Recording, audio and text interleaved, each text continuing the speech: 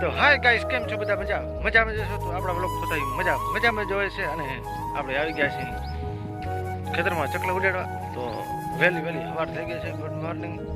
અને કેમ કે ઝીણું જીરું છે તો હેર કટિંગ કરી દે જીરાને ચકલા.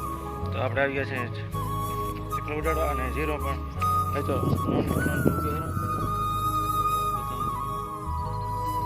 એવડું છે ને ચકલા અત્યારમાંથી આક્રમણ કરવા લાગ્યા.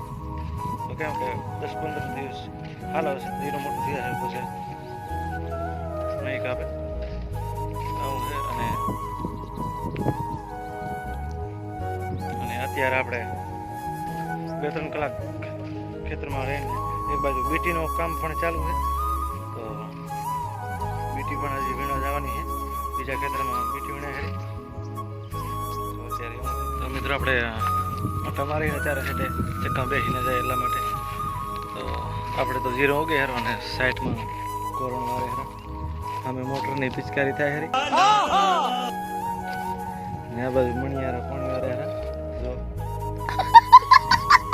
કેમ કે પહેલો વર શિયાળાનો છે એટલા માટે ટાઈટ પણ મોડી પડી.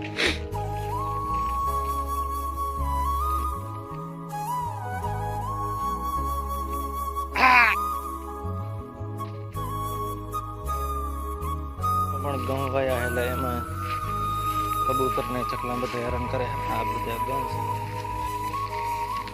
ઘઉં વાગ્યા છે ઘઉં. તો આ છે આપણી બીટી કમ્પ્લીટ તેડી ગઈ છે. અને આ દાદી ચકલા ઉડાડતા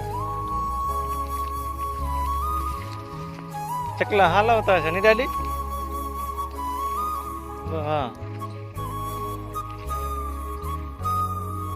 તો મિત્રો આપણે બીટી વીણો આવી જશે. ચકલા ઉડાડીને આપણે અડધી થેલી ભરી નાખીએ. આ બાજુ મારી મમ્મીને વીણે બાજુ બાબા બેઠું છે. તો એમ છે અડધી વીણી છે અને અડધી વધી છે. હજી બીટી પણ જોરદારની વજનમાં છે. તો સવારની મારી માએ પણ 2 થેલી ભરી.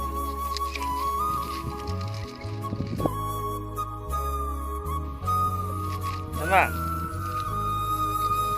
તો વાયરો હે થોડોક અવાજ અહીંયા પહોંચતો નથી. આવું છે બધું. આપણે બીટી વીણી નહીં પણ વીણવી પડે પ્રાણી છોકરી બિરાદર. ક્યારેક એવું પાત્ર સામે જ આવી જાય તો એવું ભાન ભૂલી જાય બીટી વીણવા માટે. સાહેબ મિત્ર આવું છે બધું.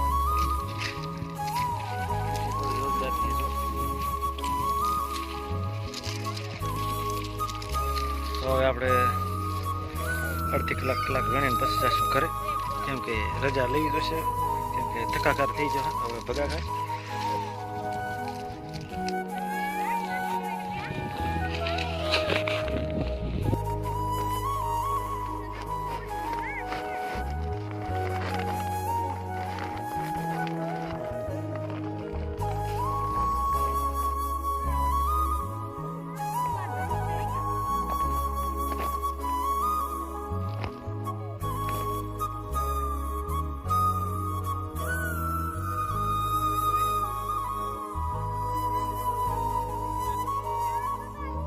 માખણના લોંદા ખાવા હોય તો માખણ. તો મિત્રો બીટી વીણે હવે જાય છે આપણે ઘરે. તો અહીંયાથી આપણો વ્લોગ સમાપ્ત કરી. તો વિડીયોને લાઈક શેર અને ચેનલને સબસ્ક્રાઈબ કરવાનું ભૂલતા નહીં. તો મળીશું આગલા વિડીયોમાં. જય માતાજી.